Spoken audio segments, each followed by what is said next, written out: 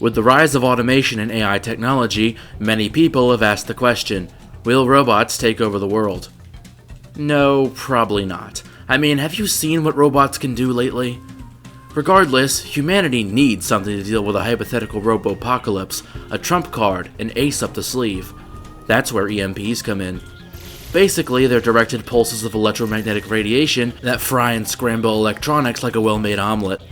And wouldn't you know it, one of Fallout New Vegas' DLCs raises the possibility of robots turning humankind into a bunch of lab rats.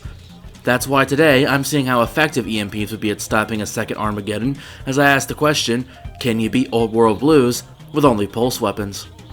The real question is, what is a pulse weapon? In short, any weapon with the word pulse in the name. This includes pulse grenades, pulse mines, and of course, the pulse gun. While in Fallout 2, pulse weapons were just as effective as laser or plasma at turning you into a new state of matter, in Fallout 3 and New Vegas they're only viable against robots, dealing very little damage to organics. In a way, that makes Fallout 4 closer to the originals than New Vegas, as pulse weapons inflict equal damage to both flesh and machine. But don't let the New Vegas fanboys hear me say that. There is pulse ammunition for grenade launchers and shotguns, but I won't be using it since it does a small amount of physical damage as well. There's also weapons with an EMP effect like the arc welder and proton axe, but I won't be using those as they're just as viable against humans and creatures. Also, I'm not allowing any companions for this playthrough. With all that aside, let's get started. I named my character Pulse Stopper because bad pun, and create a lady with purple hair because purple is the color of pulse. I then put my special points into endurance, intelligence, and agility for survivability, science skill, and action points respectively.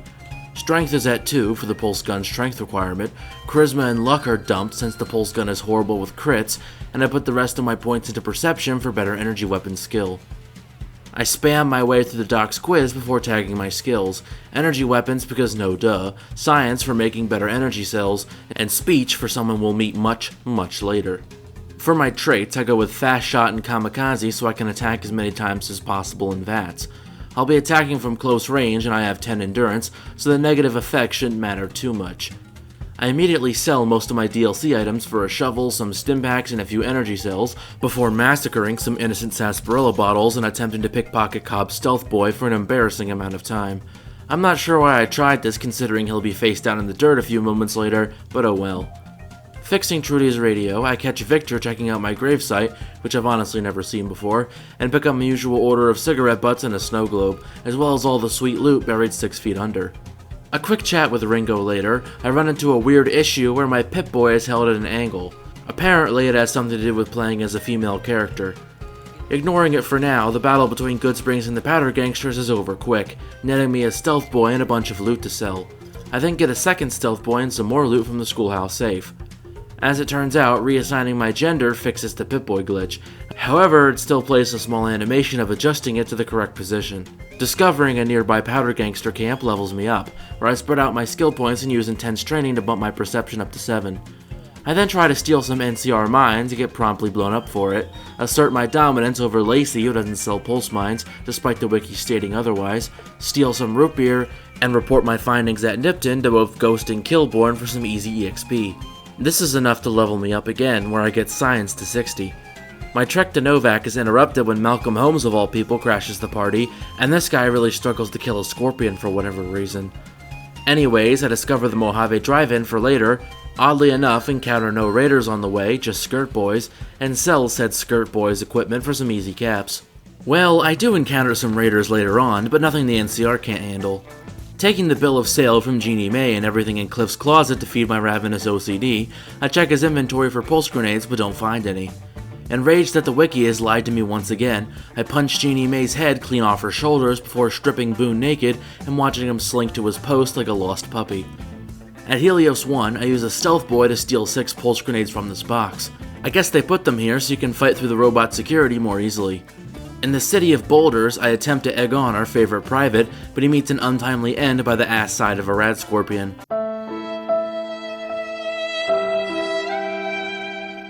I take his armor in remembrance and attempt to rile up the Great Khans by wearing it, but they don't fall for my disguise. Freeing the hostages definitely does rile them up, and before you know it, I level up, getting science to 75 and the educated perk. Entering Jessup's hideout levels me up again, raising my speech to 34. I also make sure to take some chems for the road. One snow globe later, I head to the Crimson Caravan Company to get my money from Ringo, sell things to Blake, and recycle some energy cells. I then witness a Freeside thug chase me into the commie doctor compound, which wasn't a very bright idea on his part. Neither was Julie leaving her snow globe unguarded. Since I haven't ruined enough people's lives today, I knock all of Gennaro's meat onto the ground and watch him give me a stare as if I crushed his very soul. Now, have you ever wondered what happens if you give Jean-Baptiste a fat man when he's scripted to shoot at a Van Graff thug? Nothing. You get nothing! You lose! Good day, sir! Oh yeah, I installed a mod to fix the Pip-Boy glitch, so I'm a girl again. Popping a Stealth Boy allows me to nab a bunch of energy cells, pulse grenades, pulse mines, and other loot to pawn off. Only problem is, I can't carry it all. Luckily, there's a dumpster I can hide all of it in where no three-side thug will ever think to look. So pulse weapons deal extremely small damage to organic targets, right? Wrong.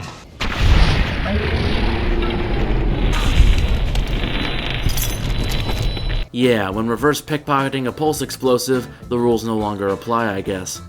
Reminds me of how you can reverse pickpocket caltrops to kill people in Fallout 4. Anyways, with a snazzy suit of combat armor, I flex on the gatekeeper and convince Swank to let me see the Ben Man in private. This turns out to be a waste, as I take the much more fun option of slipping a phone jammer in his pocket. Holy shit!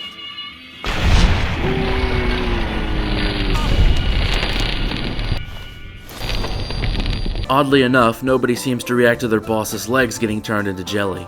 This levels me up where I get speech to 50 in the Vigilant Recycler perk.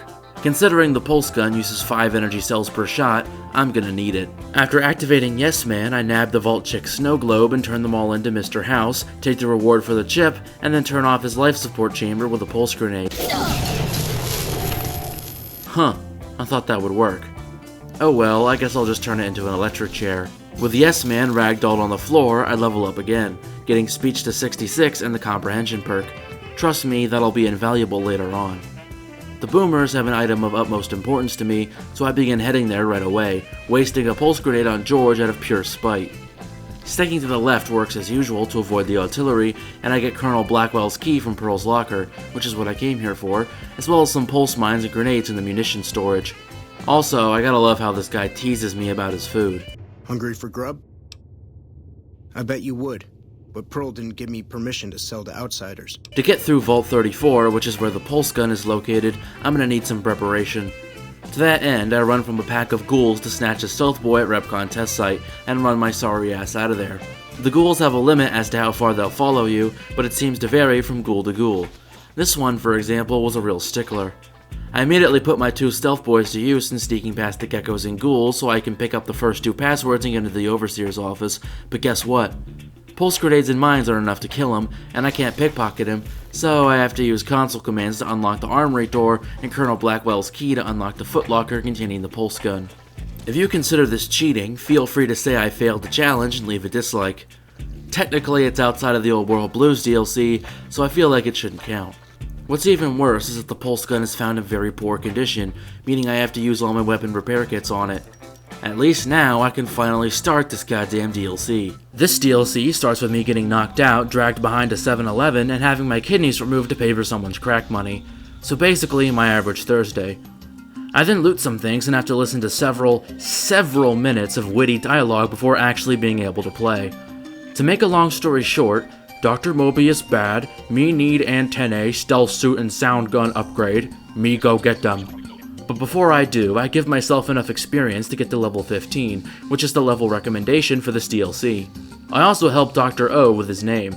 Yes, thank you. 0. I am 0. How hard is that? A narrow, thin 0. And violate Dr. 8's rights for some energy cells. Stepping out into the big MT, I test out my shiny new pulse gun on a lobotomite.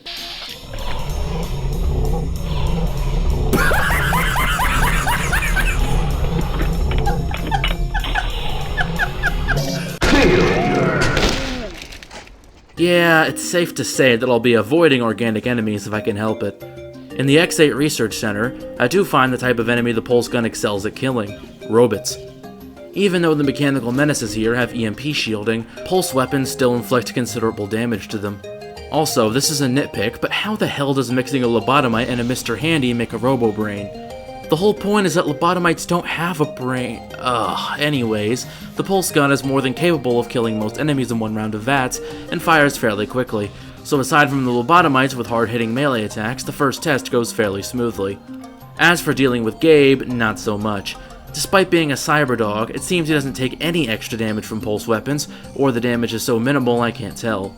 Sadly, my only option to continue is to turn the difficulty from very hard down to very easy, and use drugs to pull an old yeller.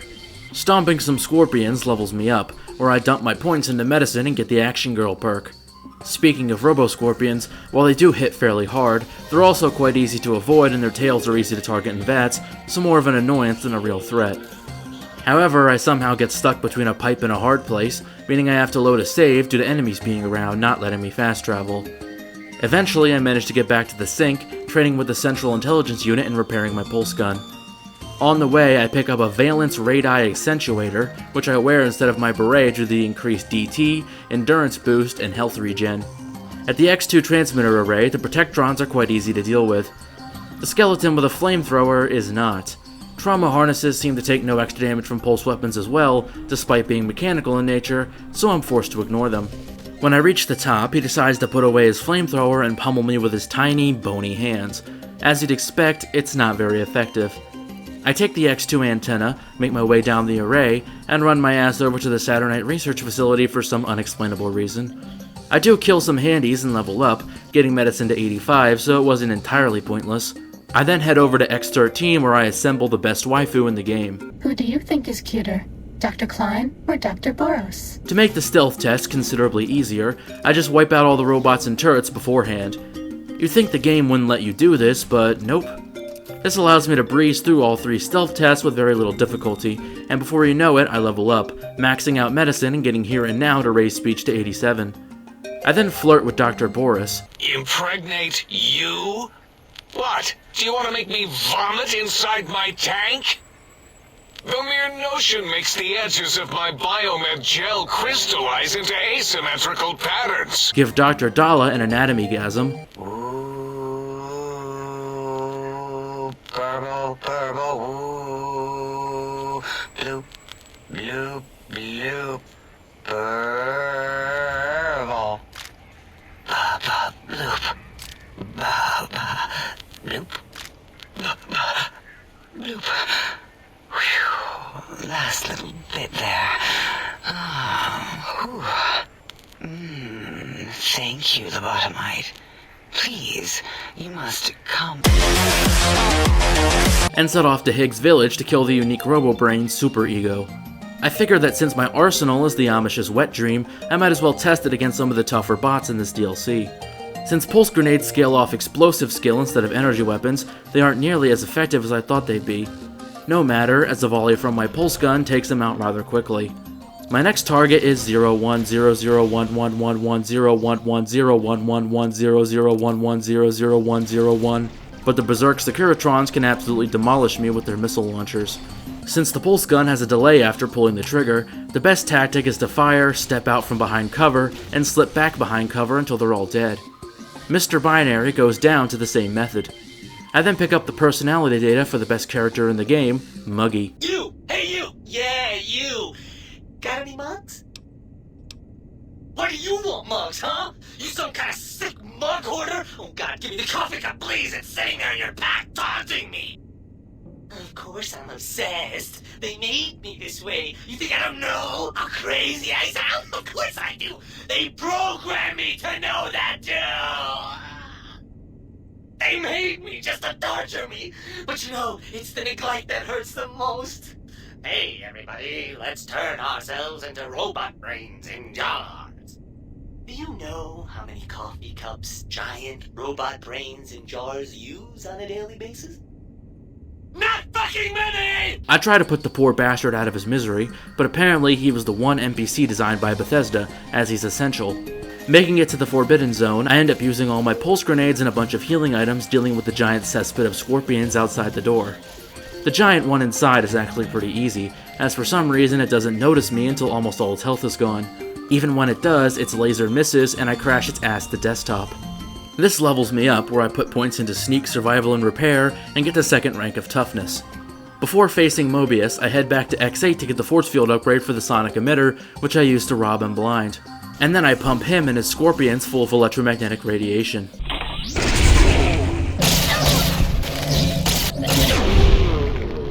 Don't worry, I didn't use the sonic emitter to damage any enemies, so the rules stay intact. Finding my brain, who sounds eerily similar to Stewie Griffin. Well, well, look who finally dragged themselves in out of the wasteland. And where have we been? Crawling through pits of radioactive muck again? I had to Y17 and get the Autodoc's personality data, so I don't have to be so empty-headed all the time. Alright, enough stalling, time to deal with the think tank once and for all. And they take no damage. Huh. Oddly enough, on my second attempt, they take tons of damage from the pulse gun and die in a matter of seconds. Shut the fuck up. No one cares about your robot fanfiction. Know your fucking place, trash. Fucking robots. Don't give a fuck about no robots. They ain't got no soul. With no time to contemplate that, I loot all their corpses, step into the sink, and beat Old World Blues with only the pulse gun. As it had been in the years before the Great War, Big Mountain, the Big Empty, became home to one of the most powerful minds of the 23rd century. The courier who had been brought to the Big Empty became its new overlord, using its facilities ruthlessly and decisively when needed. Sometimes science is more than a quest for discovery. It is a weapon to be used in the service of one with the strength to understand it. Although, truth be told, the courier had barely explored the crater in an attempt to rush through and be done with the whole thing. Perhaps that was for the best, however. Curiosity, while sometimes rewarded for its efforts, often proves to be equally dangerous. The Forbidden Zone continued to be, true to its name, forbidden. No more robo-scorpions were sighted in its canyons. Big Mountain became even emptier, devoid of Dr. Mobius's proclamations forecasting the destruction of anything that dared possess sentience. Still, it is said he lived on in the equations inscribed on the floor and walls of the Forbidden Zone dome. But these equations were nothing more than thin white traceries of lines, not unlike cobwebs in the corners of a failing mind. The sink was strangely silent, which it had never been in previous years. The lack of personality modules made the base lifeless and sterile. Muggy did his best to collect coffee cups, although in his quest, he accidentally trapped himself in Higgs village. It might have been the end for poor Muggy. Except he found it peaceful there, tidying up the kitchens of the think tank professors back when they had been flesh and bone. Well, except for Dr. O, who was an asshole for having created Muggy in the first place. Muggy left O's house deliberately dirty, punishing the dishes and cups that lived there in blind revenge for serving Dr. O. As the courier ran through the X8 facility multiple times, the computers analyzed the test subject's movements. Rather than performing a superficial observation, they realized the subject barely knew what communism was, or even what a high school was. This confused them for a time, until the facility finally realized that its research had succeeded. So it let its cyber dogs out into the wastes to help protect small communities from physical aggression rather than communist propaganda. The infiltration program in X-13 continued to scan for the subject and the stealth suit prototype long after the test was over. Frustrated and unable to find its lost technology, X-13 expanded its network of laser tripwires, sensors, and robo-brains out across Big Mountain. This glittering blue light beam forest cleanly bisected anything that entered its depths, slicing them into small segmented parts for easy disposal. The courier, organs intact, continued onwards, a little less heavy of step, but with all the organs in the right places, as they should be. After all, brains can develop a life of their own when left to their own thoughts, and the courier's brain was more clever than most. The think tank basement, filled with the lobotomized robotical frames of the doctors, now served as a graveyard. The monitors had recorded the battle in its entirety, including the think tank's final, shrill, terrified screams, whimpers, and pleas for mercy. They broadcast these humiliating last moments as a warning to anyone approaching the perimeter that other smarty pants were not welcome. The courier was the inheritor of the Big Empty, and there was room for only one will in the halls of the think tank dome. There is an expression in the wasteland, old world blues. It refers to those so obsessed with the past they can't see the present, much less the future, for what it is. They stare into the what was, eyes like pilot lights, guttering and spent, as the realities of their world continue on around them. Science is a long, steady progression into the future. What may seem a sudden event often isn't felt for years, even centuries to come.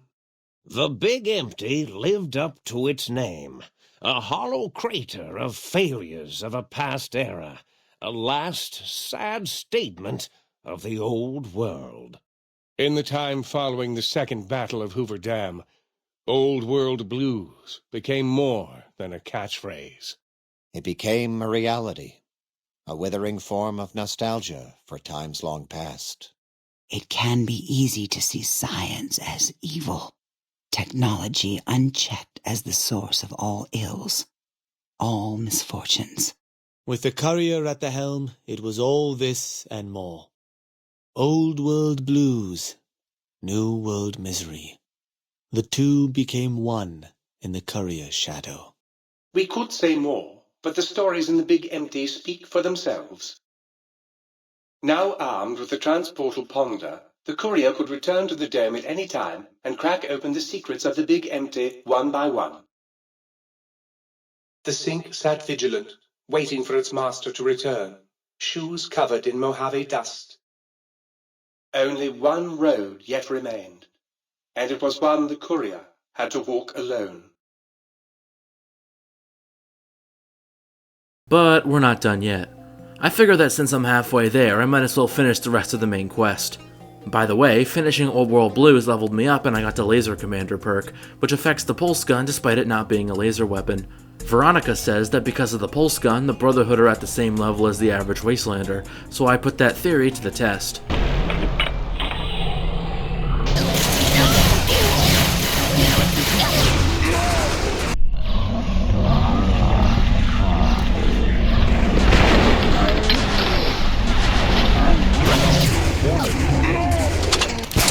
I eventually get the first three down and then camp by the door, using VATS to kill the last two, although it leaves me with a sliver of health.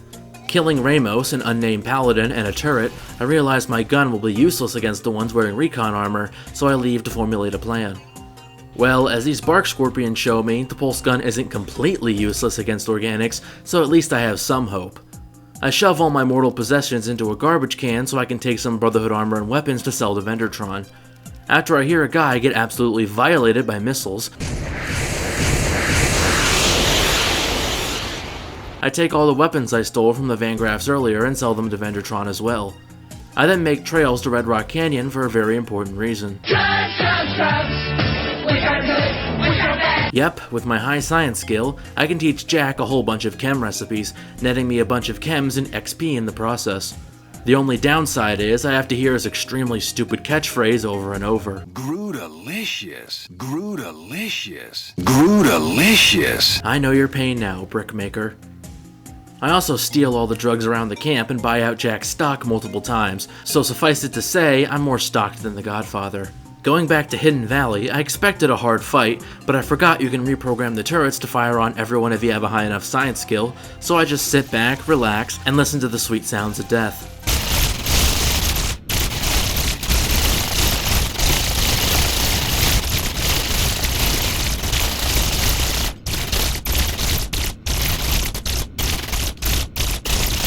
After that's over, I loot the Brotherhood out of house and home, and discovered you can repair the pulse gun with laser pistols.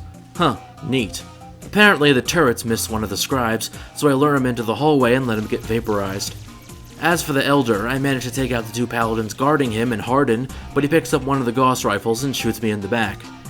In order to stop him from picking up the weapon, I have to use Turbo, which sadly gets me addicted. Waiting around for a long-ass time doesn't fix it, but it does spawn in some more techno-fetishists that promptly get cut down by the turrets and my anti-drone gun. I decide to ignore my addiction for now and use a mix of Stealth Boy, drugs, and turning the game down to very easy to kill the Elder and take his keycard. Trust me, with the low damage this does to organics, very easy was necessary.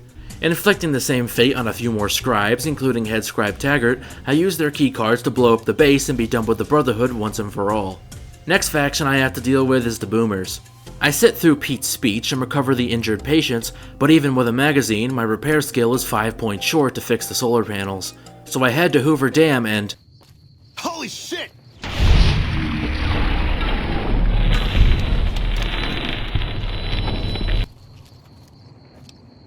Yeah, and read a Fixing Things magazine to give the Boomers the power of the sun.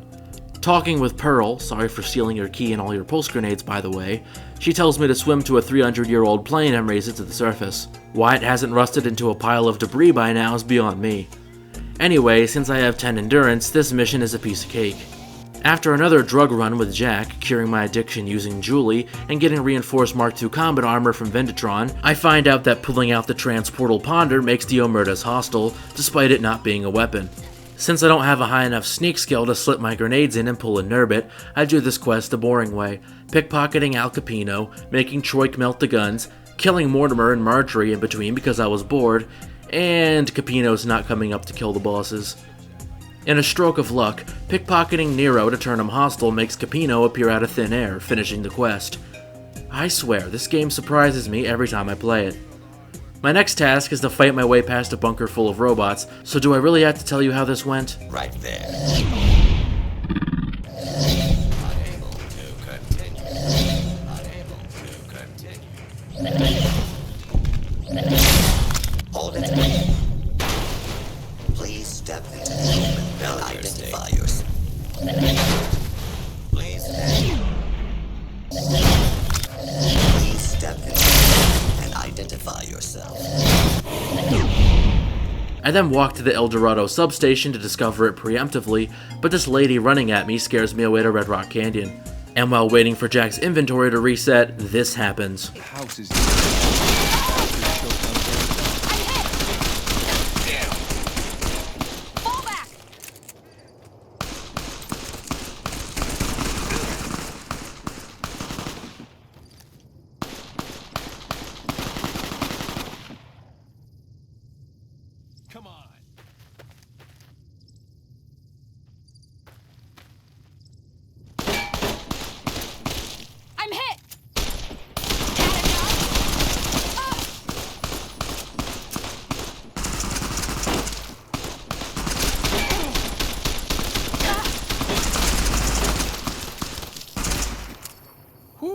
Glad that's over. Like I said, full of surprises. Oh yeah, and the great cons are the last faction I have to deal with, so I slip a pulse mine up Papa Khan's ass and take my rightful place on his throne. Luckily I saved a stealth boy, so installing the override module goes off without a hitch. So does the dam, as the myriad of healing items I've been saving up are enough to fill the giant hole where my torso should be after taking so much gunfire. My speech skill also comes in handy, as I can tell the heavy troopers that Colonel Moore is in trouble, despite the fact my character has no clue who that is. From there, getting to the Legate is pretty straightforward, as any Legion who don't get pulverized by my Securitrons I can just run past. Just for fun, I turn the difficulty to very easy and take every drug in my inventory to see if I can kill the Legate. I get him down to about a quarter of his health, but I run out of ammo and I'm promptly carved up like Thanksgiving dinner. Well, that's obviously not gonna work, so I turned the difficulty back up to very hard, read a Meeting People magazine, talked the Legate into submission, turned General Oliver into the Drowned Man, and beat Fallout New Vegas with only pulse weapons. Thanks for watching, and if you enjoyed the video, leave a like. If you didn't enjoy the video, leave a dislike and give constructive criticism so I can improve. Consider subscribing and turning notifications on. It's free and makes videos like this one possible. Also, leave your ideas for new challenges down below. I do read them and they may become an official video. Join my Discord server, check out my Reddit page, or if you're thirsty for more content, check out my second channel, The Loophole. This is Causal Loop signing off. Peace.